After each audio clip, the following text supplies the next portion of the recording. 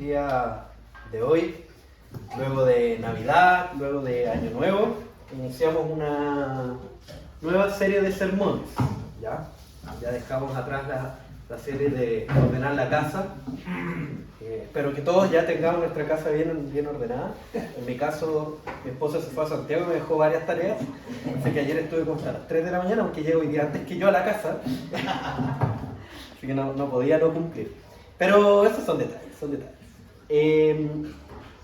A partir de este domingo, bueno, más especialmente a partir del próximo, no vamos a tener escuela dominical propiamente tal, ya va a ser solo por el periodo de vacaciones, ya, para los niños. Esto porque les vamos a dar un descansito a nuestros profesores. Lo que sí vamos a tener a partir del próximo domingo, material en la sala para que los niños puedan sacar, puedan utilizar para colorear, sopa de letras y ese tipo de actividades relacionadas con distintos temas de la escritura, ¿ya? Entonces, para que se sientan libres de poder retirar material y poder usarlo durante el sermón o durante el culto, ¿ya? El día de hoy nosotros iniciamos una nueva serie de sermones. Muchas gracias, Carla. Muchas gracias. Que está en el libro de Proverbios, ¿ya? Una miniserie donde vamos a ver proverbios para vivir en el mundo de Dios, ¿ya? Donde vamos a tratar de no ir de corrido en el libro de Proverbios, desde el capítulo 1 hasta el último capítulo de Proverbios, sino estaríamos todo el año en Proverbios, sino que vamos a evaluar algunos temas específicos que aparecen en el libro y vamos a ver cómo ellos afectan en nuestra vida, ¿ya? Y el primer tema que nosotros vamos a tratar del libro de Proverbios es la pereza. ¿Por qué he escogido el tema de la pereza? Porque es un pecado, una tentación que me afecta mucho y por lo tanto he decidido comenzar con eso para poder desde ya atacar a mi corazón pecado. Y también sé e imagino que muchos de nosotros también debemos estar luchando contra el mismo pecado, la misma tentación, porque vivimos en un mundo que nos invita a eso sin darnos cuenta, ¿ya?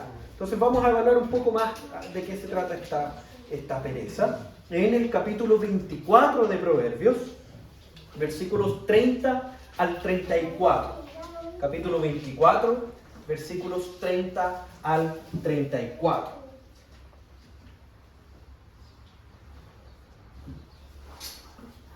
También el día de hoy iniciamos otra nueva dinámica de funcionamiento en nuestra iglesia, donde ya no vamos a transmitir los cultos en vivo. Lo que vamos a hacer, para incentivar la presencia de nuestros hermanos acá, lo que vamos a hacer es grabar solo el momento del sermón y eso lo vamos a subir los días lunes o martes a la plataforma de YouTube, ¿ya? Entonces eso vamos a hacer de ahora en adelante. Capítulo 24, versículos 30 al 34 de Proverbios dice así: Pasé junto al campo del hombre perezoso y junto a la viña del hombre falto de entendimiento. Y he aquí que por toda ella habían crecido los espinos, ortigas ya cubierto su faz, y su cerca de piedra estaba ya destruida. Miré y lo puse en mi corazón, lo vi y tomé consejo. Un poco de sueño, cabeceando otro poco, poniendo mano sobre mano otro poco para dormir. Así vendrá como caminante tu necesidad, y tu pobreza como hombre armado. Oremos una vez más para que Dios nos ayude a entender este texto. Amado Dios, estamos delante de ti, agradecidos por tu amor, por tu gracia, por tu misericordia.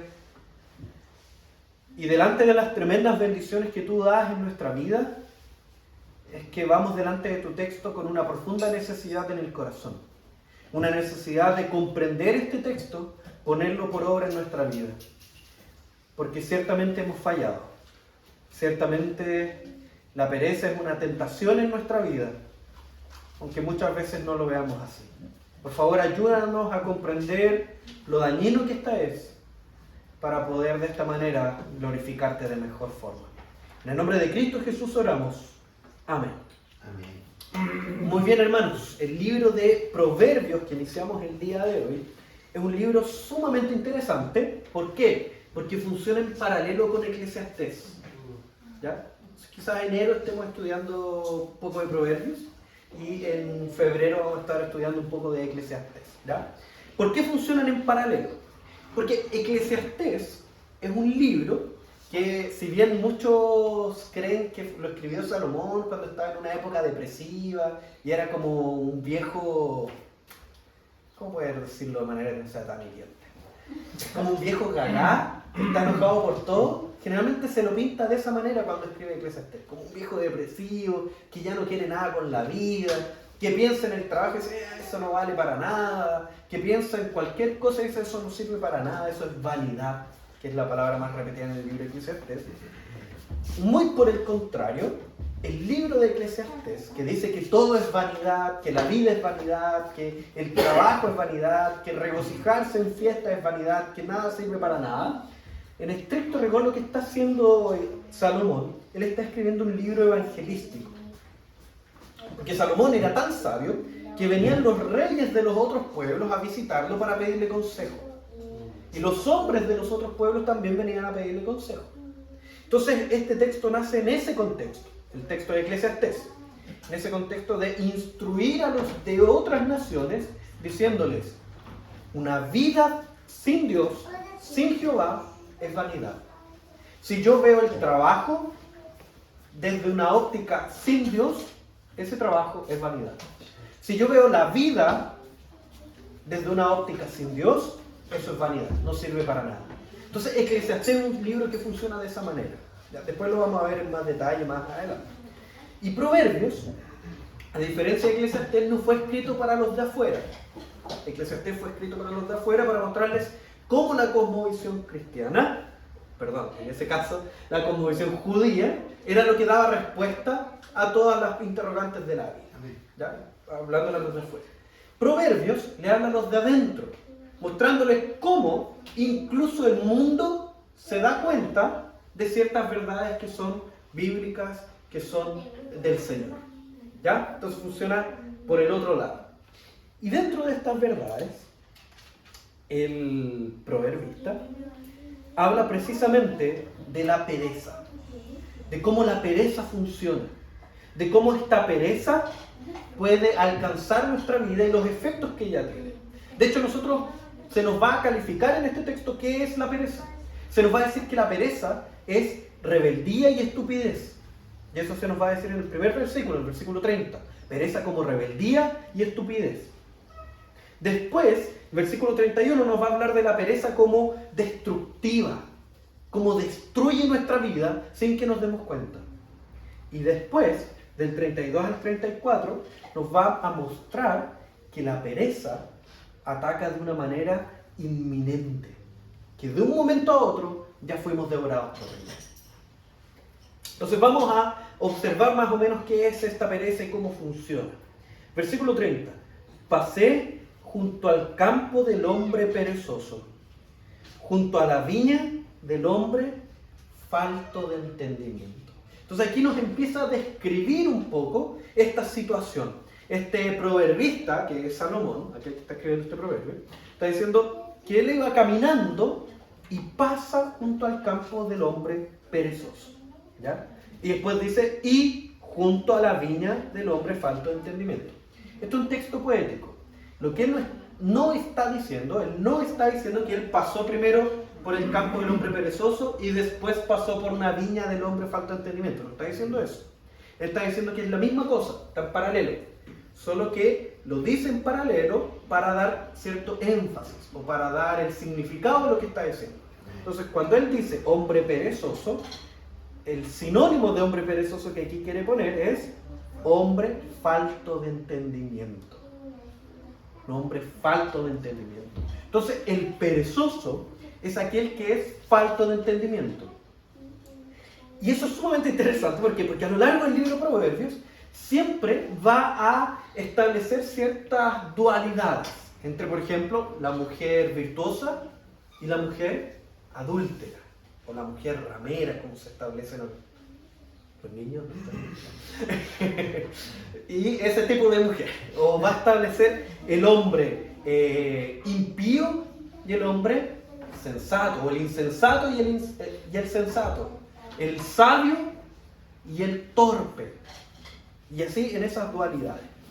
Y cuando se refiere al falto del entendimiento, no está haciendo referencia necesariamente a lo que nosotros entendemos como falto de entendimiento. No hace referencia a aquella persona que uno le explica y no logra entender. ¿Ya? Falto de entendimiento en la dinámica de Proverbios, de cómo Proverbios habla de los hombres, hace referencia a un tosudo, a un porfiado, a un rebelde. A ese niño que uno le dice, no hagas esto, y va y lo hace. Y con un odio en los ojos. Ese es precisamente este falto de entendimiento. Aquella persona que es incapaz de entender la corrección que se le está dando y va en contra precisamente de esa corrección. No porque no sea capaz de precisamente digerir la información, sino que tiene un corazón rebelde y por lo tanto no lo hace. ¿Y por qué este hombre perezoso es así? Es rebelde. Porque pereza en las Escrituras no es echarse en un sillón y ver tele. No es echarse en un sillón y ver Netflix. ¿Ya? No es eso propiamente tal. Así que aquellos que hacemos eso, tranquilos. No se refiere propiamente tal a eso. ¿Ya? No se refiere a dormir una siesta y descansar y disfrutar del domingo. No se refiere a eso. ¿Ya? Una persona trabajólica podría ser perfectamente un perezoso. Porque la pereza en las Escrituras es enfriar el corazón a las verdades de Dios. Entonces yo puedo estar abrumado por muchos trabajos que yo esté realizando, especialmente como esta cultura nos invita precisamente a trabajar y nunca dejar de trabajar, y ver el descanso como algo malo, especialmente en nuestra cultura latina. Entonces, ¿qué ocurre? Yo enfrío mi corazón, incluso en medio de las muchas actividades, ¿a qué? A las verdades de Dios. A cómo Dios me confronta en su palabra. ¿Por qué? Porque ahí es cuando yo me torno en falto de entendimiento. Una persona incapaz de ver la corrección del Señor. Eso es un hombre o una mujer perezosos. Eso es ser perezoso. Es enfriar nuestro corazón a las verdades de Dios. Y como les digo, podemos estar llenos de actividades, pero con nuestro corazón frío, con nuestro corazón falto de entendimiento, con nuestro corazón endurecido por causa del querer de nuestro corazón. Pero ¿qué más aparte de mostrarnos que esta pereza es precisamente enfriar nuestro corazón a las verdades de Dios, que esta pereza es ser falto de entendimiento, que esta pereza es ser insensato, es ser rebelde, que eso es la pereza? Entonces, ¿qué pasa con la pereza? ¿Qué hace en nuestra vida?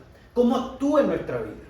Y eso es lo que nos va a decir el versículo 31, que esta pereza es destructiva. Uno muchas veces, especialmente por la información que el mundo nos entrega, cree que la pereza es neutra. Si yo no hago algo, no va a pasar nada. Ni nada bueno, ni nada malo.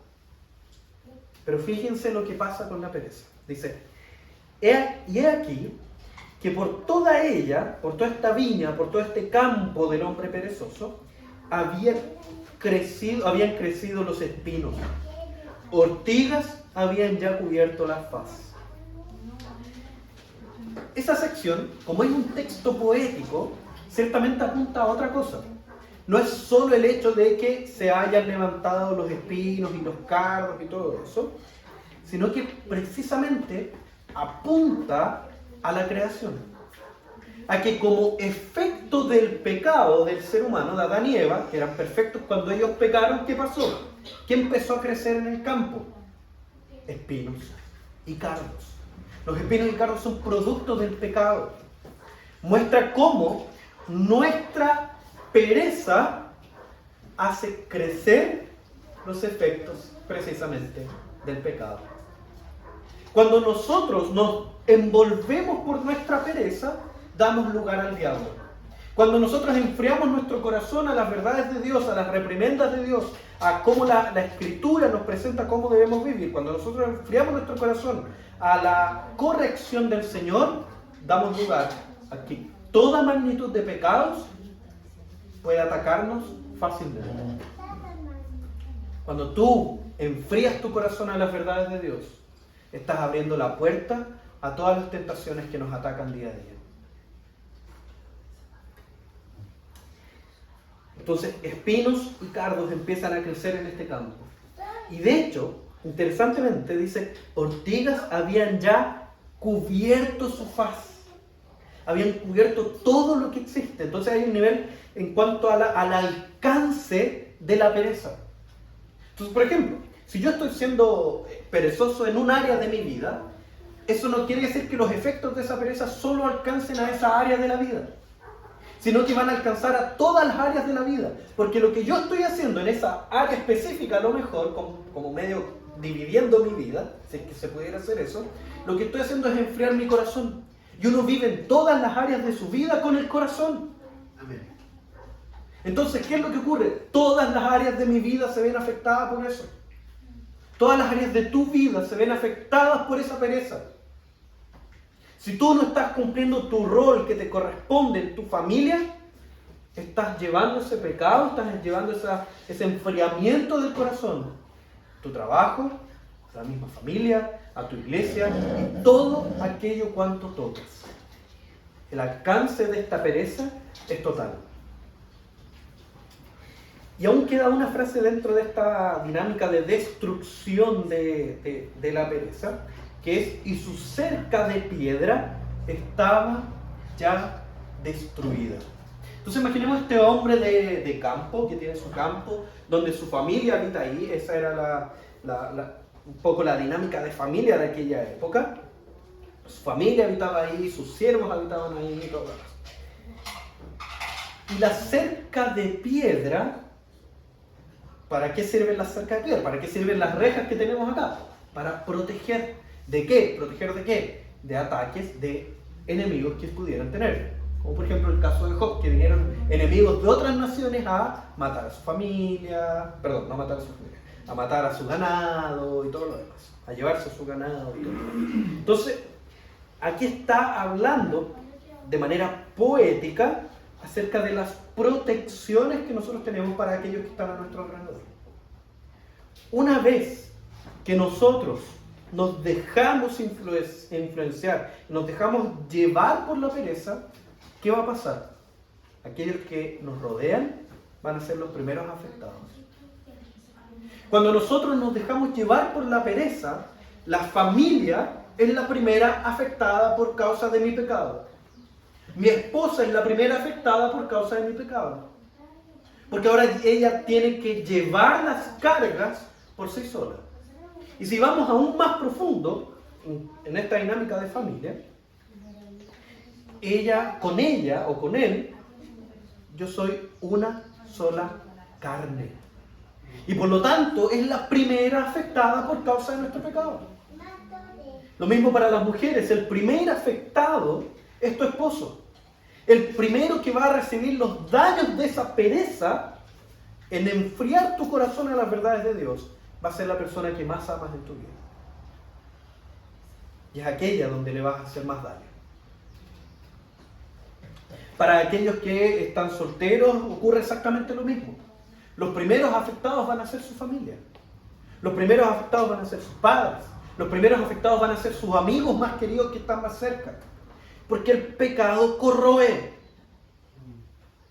nuestras relaciones, rompe y quiebra nuestras relaciones. Y es ahí donde vivimos cada vez más amargamente. La pereza no es algo neutro, es algo que destruye. Amén. Entonces, después de este texto, hablarnos de, en primer lugar, cómo la pereza es precisamente rebeldía, esta dinámica de falta de entendimiento, de este hombre tosudo, de esta persona incapaz de recibir la corrección. Después en el versículo 31 nos muestra que la pereza es destructiva. Después dice de manera muy interesante, miré y lo puse en mi corazón, lo vi y tomé consejo. Entonces muestra cómo ahora este autor, después de ver esta escena destructiva, él toma consejo para sí. Él ve esto y aprende desde esa situación, ¿ya? Lo guarda en el corazón. ¿Y cuál es el consejo que toma? ¿Cuál es el consejo que nos puede servir a nosotros para alejarnos de esta pereza? Un poco de sueño, cabeceando otro poco, poniendo mano sobre mano otro poco para dormir. Así vendrá como caminante tu necesidad y tu pobreza como hombre armado. Amén. Habla de la inminencia de la pereza, que solo resta un par de movimientos y ya vamos a ser consumidos por ella. Solo resta un par de pasos, tomar un par de decisiones y ya fuimos alcanzados por ella. Les voy a hablar de un pequeño ejemplo muy simple y que imagino que la gran mayoría de nosotros hemos vivido. Estoy seguro que has tenido una racha excelente de devocionales alguna vez en la vida. Seguro de eso. La racha así, mucho tiempo haciendo tus devocionales, en día y todo bien. Y de repente llega un día en que tienes de esos días ajetreados donde haces de todo.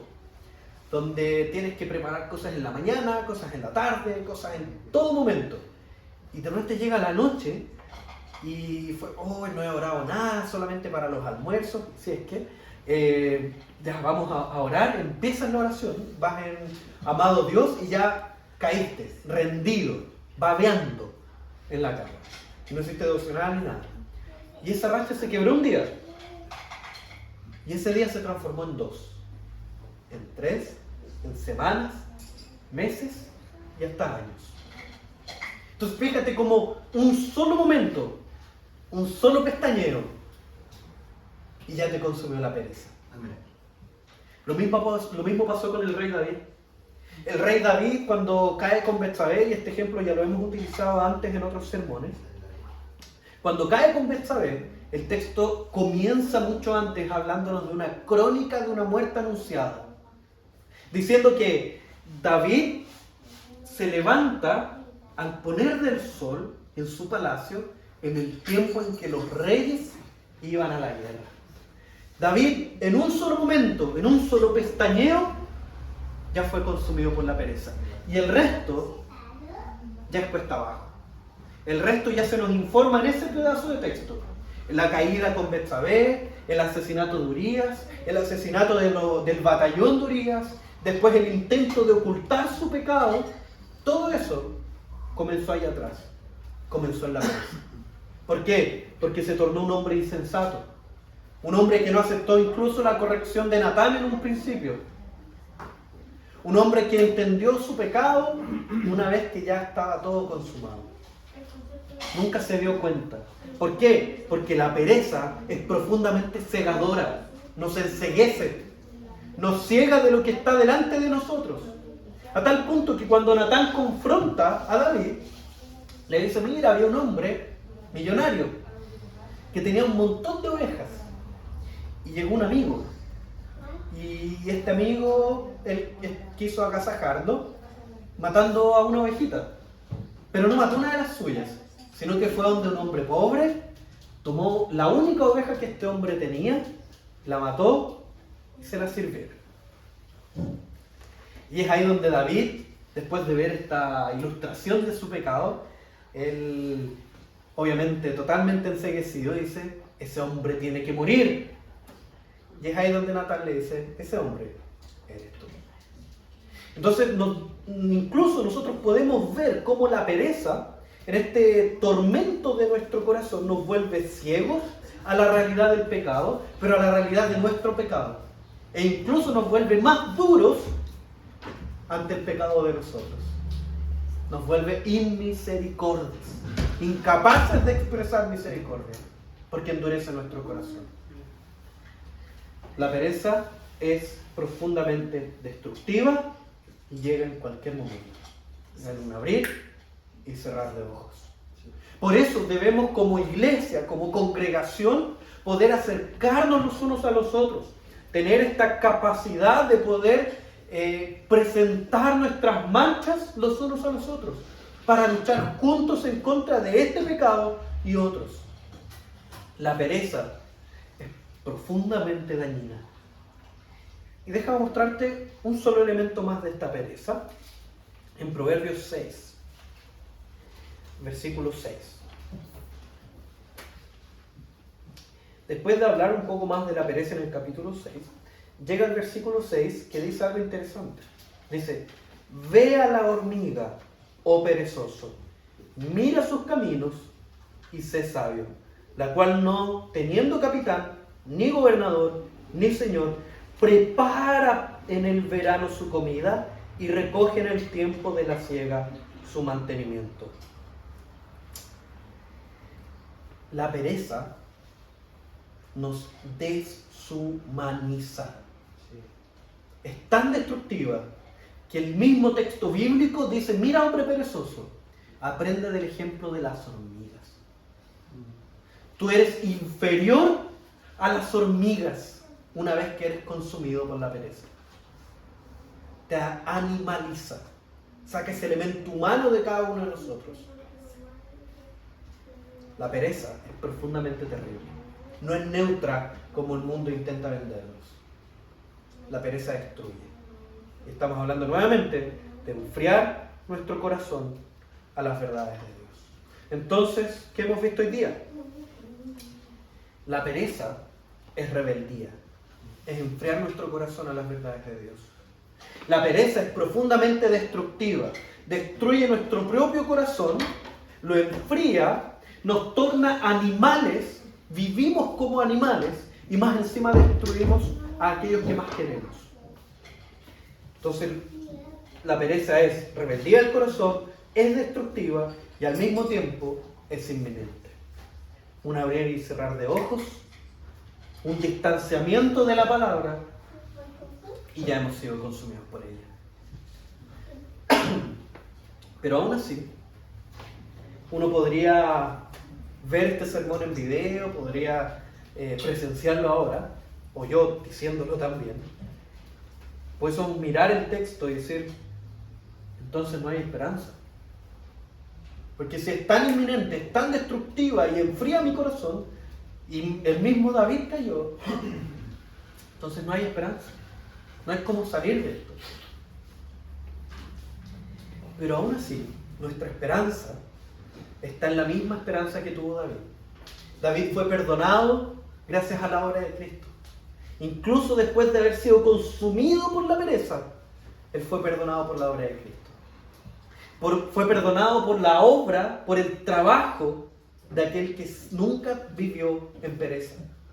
Fue perdonado por precisamente esta obra en la cruz, este trabajo en la cruz de morir por cada uno de nosotros. Por aquel que no es perezoso, por aquel que incluso hasta el día de hoy trabaja preparándonos lugar. Amén. Por aquel que nunca fue consumido por la pereza. De la misma manera nosotros, a pesar de que en el futuro, en el presente o en el pasado hayamos sido consumidos por la pereza, o seamos consumidos por la pereza, aún hay esperanza. Aún hay esperanza para estos corazones perezosos. Y ese es Cristo, aquel varón que trabaja y hace una obra perfecta. Y que incluso la misma palabra nos dice que Él comenzó una obra en cada uno de nosotros. Y Él es fiel y justo para completarla. Continúa trabajando en cada uno de nosotros a través del Espíritu Santo que habita en nuestro corazón. Y esa es nuestra esperanza. En Él descansamos. En Él descansa este corazón perezoso que sabe que existe esa tentación ahí. Descansa en la obra de Cristo. Porque Él es aquel que hace, hará y siempre ha hecho en nuestra vida. Amén. Oremos descansando en este Señor. Amado Dios, vamos delante de ti, sabiendo, Padre, que tú hasta el día de hoy trabajas. Sabiendo que hasta el día de hoy tú trabajas en nuestro corazón, transformándolo a tu imagen. Sabemos, oh Padre, que la obra de Cristo es perfecta y eterna. Y aún el día de hoy continúa aplicándose en nuestro corazón a través de la obra del Espíritu Santo. y descansando en esa verdad, es que vamos delante de ti para rogar, para que tú trabajes en nuestro corazón, de tal manera que no se enfríe nunca a tus maravillosas verdades. Para que nunca, oh Dios, caigamos en la pereza y lleguemos a hacerle daño a aquellas personas que tanto amamos. Para que nunca, oh Padre, demos ese cruzar de brazos para ser dominados por la pereza. Por favor, oh Padre, ayúdanos a enfrentar la inminencia de la pereza. Ayúdanos, oh Padre, a levantarnos como una congregación que vive en tu obra. Una congregación que vive en tu misión de proclamar el Santo Evangelio. Ayúdanos, oh Padre, a alcanzar a todos aquellos que te necesitan. Todos aquellos que tú has llamado desde la fundación del mundo, para que sus rodillas se doblen y adoren al Dios de los cielos. En el nombre de Cristo Jesús oramos y también, oh Padre, recibimos tu bendición. Que la gracia de nuestro Señor Jesucristo sea con todos nosotros, sea con nuestras familias y con todo el pueblo de Dios esparcido sobre la faz de la tierra, desde ahora y para siempre. Amén.